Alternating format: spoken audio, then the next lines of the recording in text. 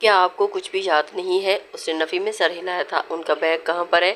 سر وہ تو ان کے پاس نہیں تھا، آپ صرف اور صرف انہی کو یہاں پر لائے ہیں، دوسری نرس نے تیزی سے جواب دیا تھا۔ تب اسے شدت سے اپنی غلطی کا احساس ہوا تھا، شاید وہ اس کا پرس روڈ پر ہی بھول کر آ گیا تھا، اور اس نے اپنے ایک گارڈ کو کال کی اور اسے اسی جگہ پر پہنچنے کے لیے کہا تھا، لیکن وہاں جا کر گارڈ کو بھی کچھ نہ ملا تھا۔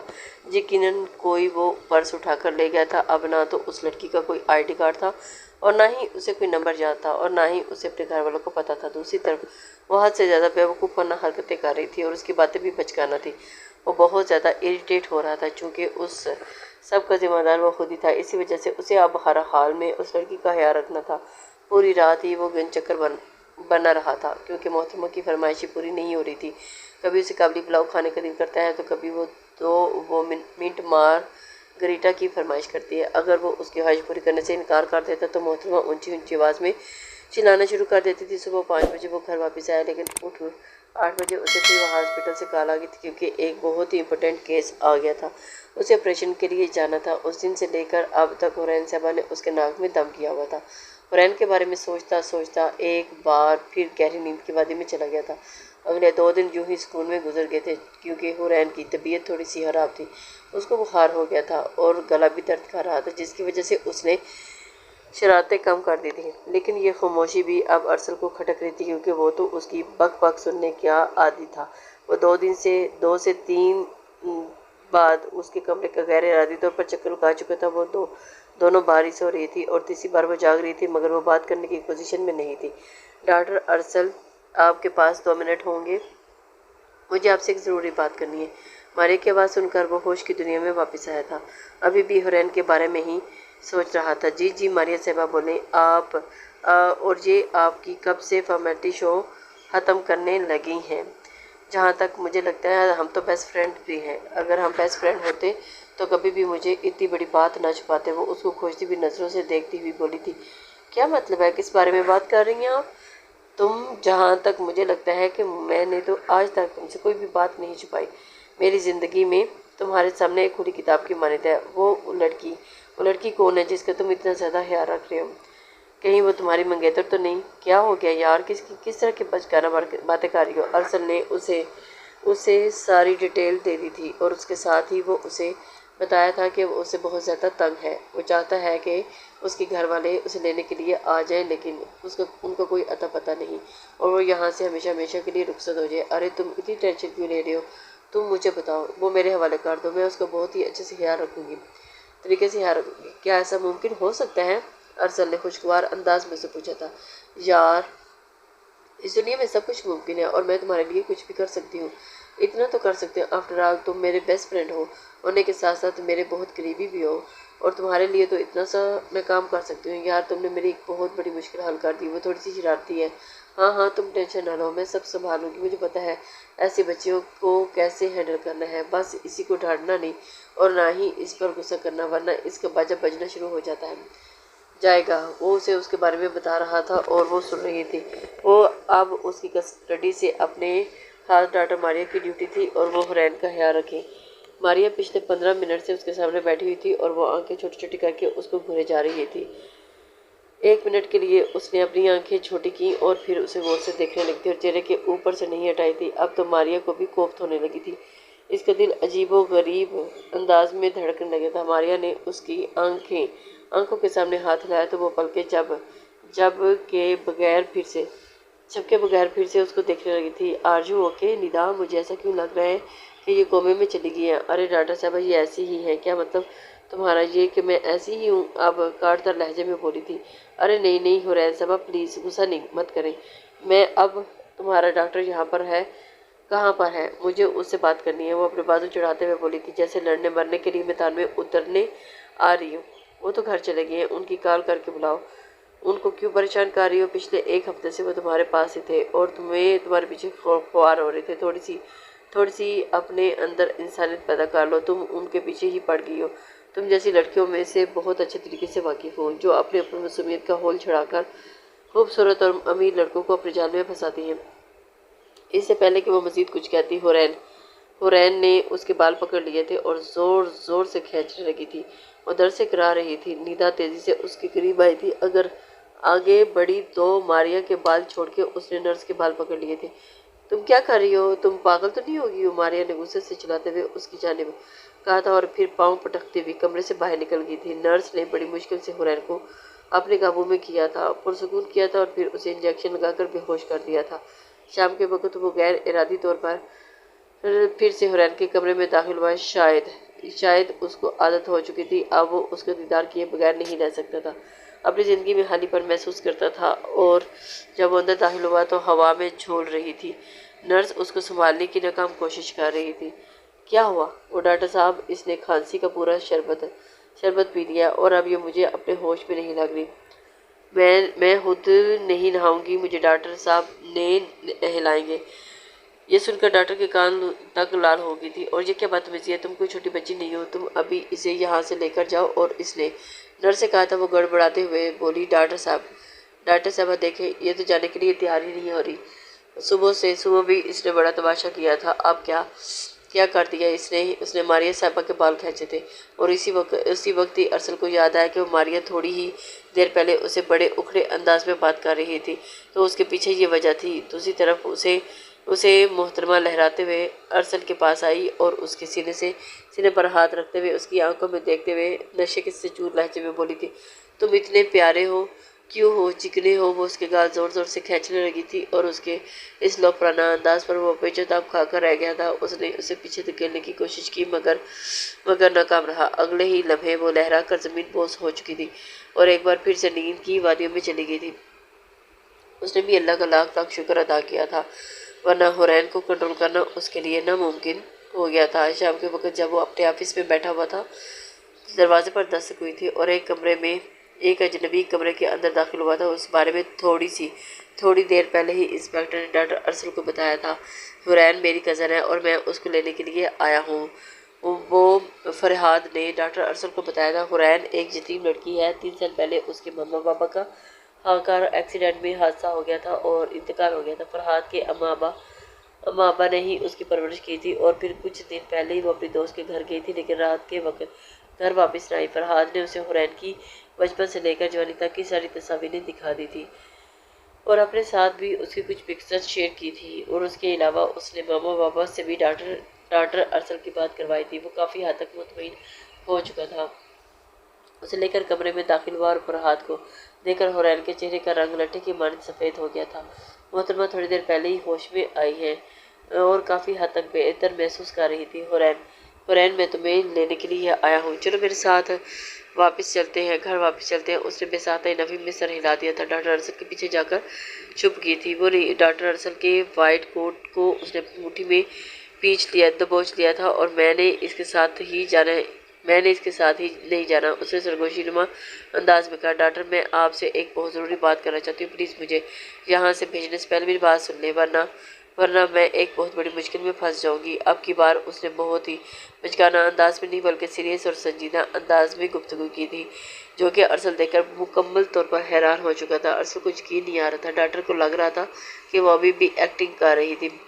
ارسل ایک گہری سانس خارج کر کے اسے دیکھ رہا تھا اور دیکھ کر کہنے لگا، دیکھو حورین، تمہیں یہاں پر آئے ہوئے کافی دن ہو گئے ہیں اور تم نے ہمیشہ یہاں پر نہیں رہنا، اور جب تمہارا فیملی ممبر تمہیں لینے کے لیے آ چکا ہے تو تم جانے کے لیے کیوں رضامند نہیں ہو رہی اور اس کے ساتھ جانا چاہیے۔ پلیز، یہی اس پورے ہاسپٹل کے لیے بہتر ہے۔ تم نے اتنے دنوں میں دیکھا ہے کہ کس قدر ڈسٹربنس پھیلائی ہے۔ چلو شاباش، چلو جاؤ، اب دوبارہ ایسی بچکانہ حرکت کسی اور ڈاکٹر کے ساتھ مت کرنا، کیونکہ ہر کوئی مجھ جیسا کردار رکھنے والا ڈاکٹر نہیں ہوتا۔ حورین کی آنکھوں میں آنسو آ چکے تھے۔ وہ اسے اپنے بارے میں بتانا چاہ رہی تھی۔ جب وہ وہاں سے جا رہی تھی تو اس نے آخری بار پلٹ کر ڈاکٹر ارسل کے چہرے کی جانب دیکھا تھا۔ اس کی آنکھیں آنسو سے بھری ہوئی تھی اور اس کی آنکھوں میں کیا کچھ نہیں تھا، دکھ تھا، بے بسی تھی، بے چینی تھی اور بے یقینی، سب سے بڑھ کر اعتماد ٹوٹی ہوئی کرچیاں تھیں۔ اس کا دل زور زور سے دھڑکنے لگا تھا، جبکہ وجود میں ہولے ہولے لرز رہا تھا۔ ڈاکٹر ارسل نے اسے بڑی مشکل سے اپنے سے الگ کیا تھا اور نگاہیں ہٹائی تھی، اور وہ ایک بار پھر سے اپنی زندگی میں مگن ہونے کی کوشش کرنے لگا تھا، لیکن بہت مشکل، وہ چاہ کر بھی اپنے آپ کو مگن نہیں کر پایا تھا۔ جو اب اس دنیا کا سب سے مشکل ترین کام لگ رہا تھا۔ وہ لڑکی اس کے حواسوں پر ایسی چھا گئی تھی کہ اب اسے حرین کے علاوہ کچھ سنائی اور کچھ دکھائی اور کچھ سمجھائی نہیں دیتا تھا۔ نہ چاہتے ہوئے بھی وہ اسی کے بارے میں ہی سوچتا رہا تھا اور اس کی شرارتیں اور اس کی بچکانہ حرکتیں یاد کر کے اکیلے میں مسکرا دیتا تھا، اور پھر اس کے قریب آنا ارسل کی دھڑکنوں کو اور منتشر ہو جانا، اس کے گالوں کا رنگ لال ہو جانا اور اس کے کانوں کی لو کا تپ جانا۔ پہلے بھی کئی بار لڑکیاں اس کے قریب آئی تھی، کئی لڑکیوں نے اس کی ذات میں دلچسپی لی تھی، مگر کبھی بھی اس نے اپنے دل میں ان لڑکیوں کو جگہ نہیں دی تھی۔ وہ ایسے جذبات محسوس نہیں کیے تھے جب سے وہ لڑکی یہاں سے ہو کر گئی۔ حرین کے لیے جب وہ حیران کے لیے محسوس کرتا تھا، اس لڑکی میں کچھ تو خاص تھا جو وہ جانے کے بعد بھی اس کی زندگی میں ہی رہ گئی تھی۔ رات کے وقت وہ حویلی میں داخل ہوا تھا تو آمنہ بیگم نے اپنے بیٹے کے پاس آئی اور مسکراتے ہوئے اس کے بالوں میں ہاتھ پھیرتے ہوئے اس کے پاس بیٹھ گئی تھی اور بولی، ماریا کے بابا تمہارے بابا سے ملنے کے لیے آئے ہیں۔ انہوں نے تمہارے اور ماریا کے رشتے کی بات کی ہے۔ مجھے اس میں کوئی بھی برائی نظر نہیں آ رہی۔ وہ تمہاری بیسٹ فرینڈ بھی ہے اور تمہاری کولیگ بھی، ساتھ ساتھ تمہاری کولیگ بھی ہے۔ تو تم بتاؤ، تم کیا کہتے ہو؟ کیا ہو گیا امی جان؟ میں نے کبھی ماریا کو اس نظر سے نہیں دیکھا اور مجھے اس سے شادی نہیں کرنی۔ وہ اپنی دو ٹوک بات بتا چکا تھا۔ تم ہی تو کہتے تھے کہ تم ایک میچور لڑکی چاہیے، اور مجھے نہیں لگتا کہ ماریا سے بڑھ کر بھی کوئی میچور لڑکی ہو سکتی ہے۔ زیادہ سمجھدار اور کوئی ہوگی۔ مجھے ماریا سے شادی نہیں کرنی۔ امی جان، مہربانی کر کے آپ ان کو منع فرما دیں اور مجھ سے کوئی امید مت تھمائیے گا۔ کہیں ایسا تو نہیں کہ تم کسی اور سے محبت کرتے ہو؟ اپنی ماں کی جانب سے یہ بات سن کر تو وہ چپ سا ہو گیا تھا اور کہنے لگا، ہو سکتا ہے۔ بے ساختہ ہی اس کے لبوں سے پھسلا تھا اور آمنہ بیگم کہنے لگی، کون ہے وہ؟ بیٹا بتاؤ مجھے۔ مگر وہ اٹھ کر اپنے کمرے میں جا چکا تھا، بستر پر لیٹے تھا، سونے کے لیے لیٹا تھا، مگر نیند آنکھوں سے کوسوں دور تھی۔ ذہن میں کئی طرح کے خیالات بار بار حرین کے بارے میں آ رہے تھے اور اس کی نظروں کے سامنے ہی آ رہی تھی۔ وہ پہلی لڑکی تھی جو ڈاکٹر ارسل کے اس قدر قریب آئی تھی، اور اب وہ اس کے قریب نہ ہو کر بھی اس کے اتنے پاس سے چاہ کر بھی اس کے لفظ کو نہیں بھول پا رہا تھا۔ اور پھر اس رات اس نے اپنے آپ سے اس بات کا اعتراف بھی کر لیا تھا کہ وہ حرین سے محبت کرنے لگا ہے۔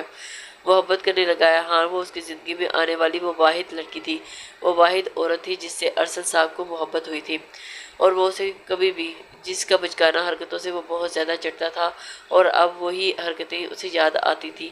پہل تو اس کو لگا تھا کہ وہ ایک مہینے میں ہی اس لڑکی کو بھول جائے گا، لیکن اس کی یادوں نے تو شدتیں اختیار کر لی تھی، اور اس نے فیصلہ کیا تھا کہ وہ حرین کو ڈھونڈے گا، ملنے کے لیے جائے گا۔ اور فرحاد نے اسے جو کہا تھا کہ ایڈریس بتایا تھا، اگلے ہی روز وہ ہاسپٹل سے چھٹی لے کر ادھر چلا گیا تھا، سیدھا اس ایڈریس کی طرف جا رہا تھا، اور راستے میں اسے یاد آیا کہ حرین کو چاکلیٹس بہت زیادہ پسند ہیں، تو وہ اس کے لیے راستے میں رکا اور ایک خوبصورت پھولوں کا بوکے لے کر اس کے ساتھ چاکلیٹیں بھی لی تھی۔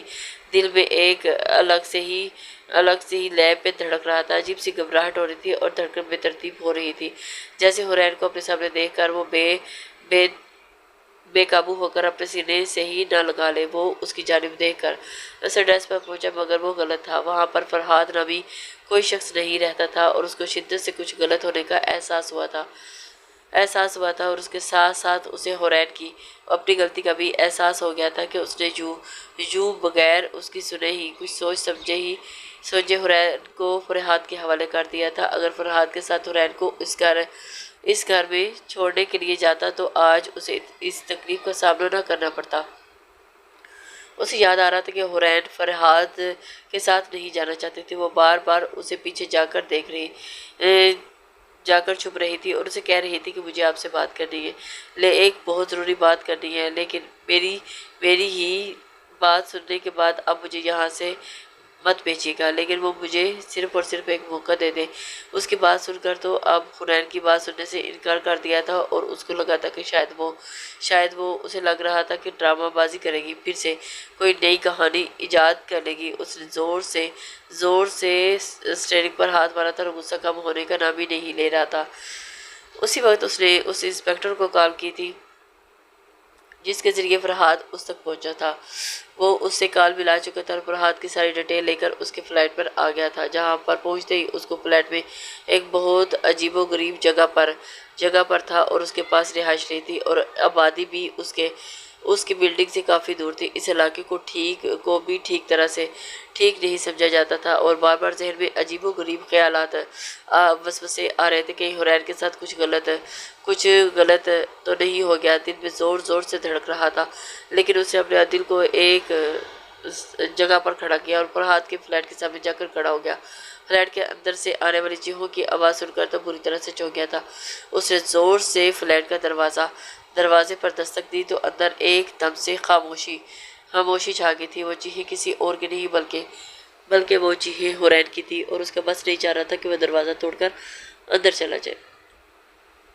اندر داخل ہو جائے۔ چند لمحوں کے بعد خاموشی چھائی رہی اور دوسری طرف سے بھی کسی نے زور سے دروازہ کھولنے کی زحمت نہیں کی تھی اور اس نے پھر سے دستک دروازے پر دی تھی اور اب کی بار اندر سے فرحاد کی آواز گونجی تھی، "کون ہے؟" ارسل کچھ دیر خاموش رہا ہو گیا، تبھی اسے اپنے پیچھے رائڈر آتا ہوا دکھائی دیا تھا جو کے پیزا ڈیلیور کرنے والا لگ رہا تھا۔ ارسل نے اسے اشارہ کر کے وہیں رکنے کو کہا تھا تو وہ رک گیا تھا اور پھر خود اپنا لہجہ بدل کر کہنے لگا کہ ڈیلیوری والا ہوں صاحب۔ یہ سن کر فرحاد تھوڑا سا مطمئن ہوا تھا، پرسکون ہوا تھا، لیکن جیسے ہی اس نے دروازہ کھولا تھا تو سامنے ڈاکٹر ارسل کو دیکھ کر تو اسے زوردار مکہ اس کے ناک پر مرا اور اس کی ناک سے خون کا ایک فوارہ نکلا۔ وہ درد سے کراہتا ہوا پیچھے جا گرا تھا، جبکہ حرین تھوڑے ہی فاصلے پر دیوار کے پاس بیٹھے خوف سے تھر تھر کانپ رہی تھی۔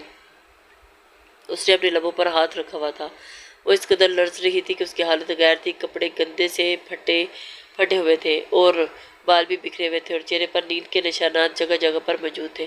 صاف ظاہر تھا کہ اس ظالم شخص نے اس کے اوپر ڈھیر سارا ظلم کیا تھا، اس پر ہاتھ اٹھایا تھا اور یہ دیکھ کر تو اس کا خون کھول اٹھا تھا۔ کھولنے کے اگلے ہی لمحے اس نے فرحاد کو ڈھانک کر رکھ دیا تھا اور اس نے کوئی سوال جواب نہیں کیا تھا، کیونکہ حرین کی حالت اسے سب کچھ واضح کر رہی تھی اور اسی وجہ سے اس نے اس کا اچھا خاصا نشر کیا تھا۔ خدا کا شکر تھا کہ وہ وہاں پر ٹھیک ٹائم پر آ گیا تھا۔ حرین کے ماں باپ کی وفات کے بعد ایک وہی تھا بڑی رقم اس کے حصے میں آئی تھی، یعنی کہ باپ کی ساری جائیداد اس کے نام ہوگی تھی۔ فرحاد چاہتا تو اس سے شادی کر کے ساری جائیداد اپنے نام کروا لے، جبکہ حرین اس کے ارادوں سے خوب اچھی طرح سے واقف تھی۔ اسے فرحاد سے شدید نفرت تھی کیونکہ وہ اس کے ساتھ شادی نہیں کرنا چاہا سے زیادہ عیاش انسان تھا، ہر عورت کی ذات میں دلچسپی لیتا تھا، نہ جانے کتنی معصوم لڑکیوں کی وہ زندگیاں برباد کر چکا تھا، اور ایسے شخص کے ساتھ زندگی گزارنا میں اپنی زندگی کی دوڑ نہیں دینا چاہتی تھی۔ اسے ایک ایسے شخص کی تلاش تھی جو اس سے سچی محبت کرے اور اس کے ساتھ ٹھیک سے زندگی گزارے، اس کے جذبات کی قدر کرے، اس کو تحفظ دے اور اس کی عزت کرے اور اس کو سمجھے۔ اور اس کی چچی جان نے بھی اس پر دباؤ ڈالنا شروع کر دیا تھا۔ چچا کا 3 سال پہلے ہی ہارٹ اٹیک کی وجہ سے انتقال ہوا تھا اور اب وہ اس دنیا میں اکیلی تھی۔ اپنی چچی اور اپنے کزن کی زیادتیاں برداشت کرتی، اب صرف فرحاد کی امی اور فرحاد ہی بچے تھے اور دونوں ہی حد سے زیادہ لالچی تھے۔ ایک دن اس نے اپنی چچی جان کو بات کرتے ہوئے سن لیا تھا کہ وہ اس کی فرحاد سے زبردستی شادی کروانا چاہتی تھی اور اسی وجہ سے اس رات وہ گھر سے بھاگی تھی کہ ڈاکٹر ارسل کی گاڑی سے وہ جا کر ٹکرا گئی تھی۔ ڈاکٹر ارسل اسے اپنے ساتھ ہسپتال لے کر گیا تھا اور وہاں پر جان بوجھ کر اس نے یہ ڈرامہ رچایا تھا، پاگل پن کی اور یادداشت چلے جانے کی ایکٹنگ کی تھی، کیونکہ وہ نہیں چاہتی تھی، وہ واپس نہیں جانا چاہتی تھی۔ وہ چاہتی تھی کہ وہ بس تھوڑی کہ کوئی ایسا راستہ نکل آئے کہ اس کی فرحاد سے جان چھوٹ جائے، ہمیشہ کے لیے جان چھوٹ جائے۔ دوسری طرف سے ڈاکٹر ارسل کے ساتھ وقت گزارتے ہوئے اسے اس چیز کا اندازہ ہوا کہ اسے پتہ ہی نہ چلا کہ کب اسے ارسل سے محبت ہوگی تھی۔ وہ انسان دل کا بہت اچھا تھا اور اس میں کسی قسم کا کوئی شک نہیں تھا، اس کے ساتھ بہت ہی سافٹ رویہ رکھتا تھا۔ یہ چیز بھی اس نے شدت سے محسوس کی تھی کہ ارسل کے دل میں اس کے لیے ایک نرم گوشہ ہے اور وہ اس کے ساتھ موجود تھا اور جو اہمیت اس کو دیتا تھا، اور ایسے میں اہمیت اس نے آج سے پہلے اپنی زندگی میں کبھی کسی عورت کو نہیں دی تھی۔ یہ بات بھی اسے نرس نے ہی بتائی تھی، جس کی وجہ سے اس کا دل مزید بڑا ہو گیا تھا اور اسی وجہ سے وہ اس کے ساتھ اٹیچ ہو گئی تھی۔ لیکن اس دن جب فرحاد نے اسے لینے کے لیے آیا تو ارسل کے پیچھے ایک امید سے جا کر چھپی تھی ارسل اسے بچا لے گا۔ اسے یقین تھا کہ ارسل اسے فرحات کے حوالے نہیں کرے گا، لیکن جب ڈاکٹر نے اسے فرحات کے ہاتھوں میں سونپ دیا تھا تو وہ بری طرح سے ٹوٹ گئی تھی۔ وہ سوچ بھی نہیں سکتی تھی کہ ڈاکٹر ارسل اس کی بات پر یقین نہیں کرے گا۔ اسے لے کر وہ اپنے فلیٹ واپس آ گیا، لیکن ان دنوں اس پر کچھ کیسز چل رہے تھے جس کی وجہ سے وہ فرار تھا۔ آج صبح ہی اس کی واپس ہوئی تھی اور ان دنوں میں وہ اس فلیٹ میں ہی بات تھی۔ وہاں پر کھانے پینے کی ضرورت کی تمام چیزیں موجود تھیں، لیکن اس کا دل مر گیا تھا۔ وہ 2 دنوں سے بالکل بھوکی تھی اور اس نے فلیٹ میں بھاگنے کی کوشش بھی کی تھی، مگر نہیں بھاگ پائی تھی، ناکام رہی تھی۔ روز شام کے وقت اس کی چچی اسے ملنے کے لیے آتی تھی اور اس کو ذہنی طور پر تیار ہو جاؤ۔ کوشش کرتی تھی کہ آج فرحات نے حد ہی کر دی تھی، اسے مار مار کر اس کے چہرے پر نشان ڈال دیے تھے۔ اس نے انکار کیا تو اس کے اندر کا حیوان یکدم سے جاگ گیا تھا۔ حنین کی قسمت اچھی تھی کہ ڈاکٹر ارسل وہاں پر پہنچ گیا تھا، لیکن آج نہ جانے اس کے ساتھ کیا ہو جاتا۔ حنین ابھی بھی ایک کونے میں بیٹھی پھوٹ پھوٹ کر رو رہی تھی اور شکایتی نظروں سے ارسل کی جانب دیکھ رہی تھی۔ اسے تو اس بات کا یقین ہی نہیں آ رہا تھا کہ وہ کیسے اس کے پیچھے آیا تھا۔ ارسل دیوانہ وار اس کی طرف گیا، مگر وہ سہم کر اس سے بھی پیچھے ہٹ گئی تھی۔ وہ روتے ہوئے کہنے لگی کہ اب کیوں آئے آپ؟ چلے جائیں یہاں سے، مجھے بات نہیں کرنی آپ سے، مجھے مرنے کے لیے چھوڑ دیں۔ کوئی نہیں ہے میرا اس دنیا میں، کوئی بھی نہیں ہے میرا اس دنیا میں۔ میرے ماں باپ چلے گئے اور میں بھی مرنا چاہتی ہوں، مجھے نہیں زندہ رہنا۔ میرا کوئی بھائی بھی نہیں ہے، نہ میری بہن ہے جو میری مدد کرے۔ آپ تھے جس کو میں نے اپنا سمجھا۔ مجھے لگا کہ آپ میری حفاظت کریں گے، مگر آپ نے بھی مجھے مرنے کے لیے چھوڑ دیا تھا۔ سب نفرت کرتے ہیں مجھ سے، پھوٹ پھوٹ کر روئے جا رہی تھی۔ اور ارسل اس کی بات سن کر ایک دم سے ارسل کو لگا کہ جیسے اس کا جگر پھٹ جائے گا۔ وہ جس حالت میں بیٹھی تھی، ارسل نے فوراً اسے اٹھایا، اپنے سینے سے لگا لیا اور اس قدر زور سے اپنے سینے میں لگایا کہ پیچ لیا تھا جیسے اس کے سارے غم ارسل خود میں سمو چکا ہو لے گا۔ ارسل کی آنکھوں میں بھی زاروں کی طرح آنسو آ گئے تھے، بہہ رہے تھے اور کہنے لگا چپ چاپ، بالکل ایک لفظ بھی اور نہیں۔ ارسل ہے اور جب تک ارسل ہے وہ اپنی حنین کو کبھی کچھ بھی نہیں ہونے دے گا۔ مجھے معاف کر دو، میں تمہیں سمجھنے میں دیر کر دی۔ اس کتے کے ساتھ میں نے تمہیں بھیج دیا، کے ساتھ تو میں کتے کی موت ماروں گا۔ اس کی ہمت کیسے ہوئی تمہیں تکلیف دینے کی، تمہاری یہ حالت کرنے کی؟ حنین اسے لپٹ کر پھوٹ پھوٹ کر رونے لگی تھی اور ارسل کی آنکھوں میں آنسو بہنے لگے تھے۔ اس کے سر پر بے ساختہ ہی بوسہ دے گیا تھا۔ حنین اسے دیکھ کر حیران ہوئی تھی۔ اور تمہیں ڈرنے کی ضرورت نہیں ہے، میں ہوں نا تمہارے ساتھ۔ اب میں آپ سے ناراض ہوں، مجھے آپ سے بات ہی نہیں کرنی۔ میرے ساتھ بہت بڑی زیادتی کی ہے آپ نے، اور اس ساری کی وجہ سے بھی، آپ کی وجہ سے سارا کچھ ہو۔ میرا مان توڑا، مجھے لگتا ہے کہ ساری دنیا مجھے چھوڑ سکتی ہے، مگر آپ کبھی مجھے خود سے الگ نہیں کریں گے۔ لیکن آپ نے مجھے غلط ثابت کر دیا، آپ نے مجھے کسی ایسے انسان کے حوالے کر دیا جو ایک وحشی درندہ تھا۔ آپ سوچ بھی نہیں سکتے کہ میں نے یہ وقت کتنی تکلیف میں گزارا ہے۔ ارسل کو اس کے آنسو اپنے دل پر گرتے ہوئے محسوس ہو رہے تھے۔ اور مجھے معاف کر دو، میں جانتا ہوں کہ میں نے تمہارے ساتھ اچھا نہیں کیا، میں نے غلط کیا، مگر میں تم سے وعدہ کرتا ہوں کہ جو غلط کیا ہے میں سب کچھ ٹھیک کر دوں گا۔ وہ اسے تسلی دے رہا تھا اور خود سے الگ کرتا ہوا اس کے چہرے کو اپنے ہاتھوں کے پیالوں میں لے کر اسے یقین انداز میں بولا تھا، پہلے مجھے اندازہ ہی نہ ہو سکا کہ میں تم سے اس قدر محبت کرنے لگا ہوں، شدید محبت کرتا ہوں کہ اب تمہارے بغیر زندگی گزارنے کا تصور بھی نہیں کر سکتا۔ میرے لیے کسی امتحان سے کم نہیں ہے۔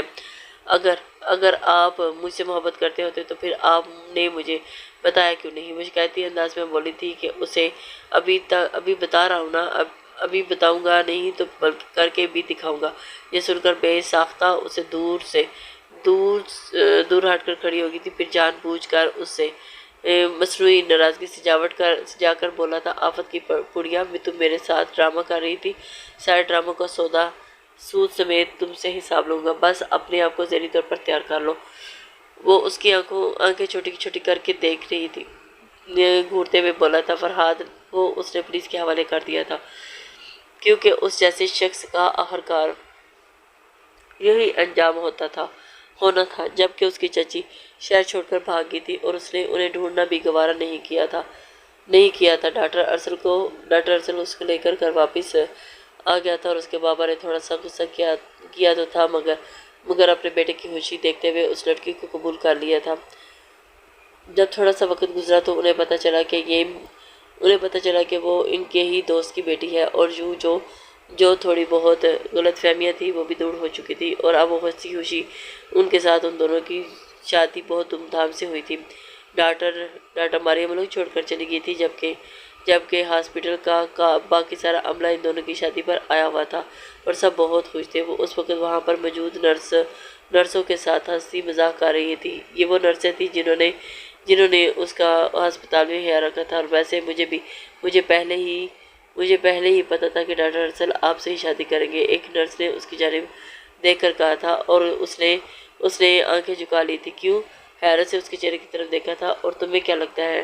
اور تمہیں ایسا کیوں لگا تھا؟ کیونکہ وہ پہلے ہی دن سے آپ کو پسندیدہ نظروں سے دیکھتے تھے۔ یہ سن کر تو وہ اور بھی دھیمے سے مسکرا دی تھی۔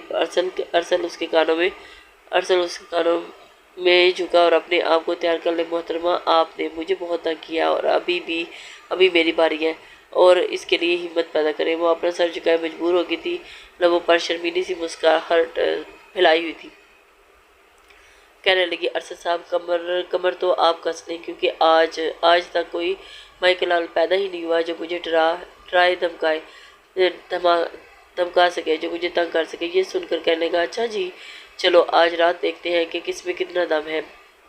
وہ سب کے سامنے بیٹھے فوٹو شوٹ کروا رہے تھے، اور پھر فوٹو شوٹ کروانے کے بعد جب رات ہوئی تو دھیرے دھیرے سبھی مہمان اپنے گھروں میں کو چلے گئے تھے، اور جاتے ہوئے ڈھیروں سارے گفٹس بھی دے کر گئے تھے۔ جیسے ہی ارسل کمرے کی جانب آیا تو سائڈ ٹیبل پر دودھ کا گلاس پڑا ہوا تھا۔ دیکھ کر حیران ہوا تھا۔ مسکرا کر اس نے حورین کو دیکھا، اور پھر بیڈ پر بیٹھ کر حورین جو گھونگھٹ گرائے بیٹھی تھی اور اس کے قریب آ کر بیٹھا تھا، اور جیسے ہی گھونگھٹ اٹھانے لگا تو سامنے دیکھ کر جلدی سے حورین پیچھے ہو گئی تھی۔ ارسل کہنے لگا، اب یہ کیا ہے؟ مجھے رسم تو پوری کرنے دو۔ مگر وہ اپنا ہاتھ چھڑا کر آگے پھیلا کر کہنے لگی کہ نہیں جی، پہلے مجھے منہ دکھائی دے۔ اگر مجھے آپ کی دی ہوئی منہ دکھائی پسند آئی تو ہی میں اپنا چہرہ دکھاؤں گی۔ ارسل کہنے لگا، لو بھلا یہ کیا بات ہوئی؟ تمہارے منہ پر 1000 بار تو دیکھ چکا ہوں، ایک بار پھر دیکھنے کے لیے اب مجھے کوئی منہ دکھائی دینا پڑے گی؟ کہنے لگی، ہاں دے تو بس، سب سے پہلے تو منہ دکھائی دینی پڑے گی۔ سائڈ ٹیبل پر سے اس نے بہت زیادہ سی چاکلیٹس نکال کر اس کی گود میں رکھی۔ چاکلیٹس کافی زیادہ تھی اور اس کی گود بھر چکی تھی۔ کہنے لگا، لو چاکلیٹس اب دیکھنے دو۔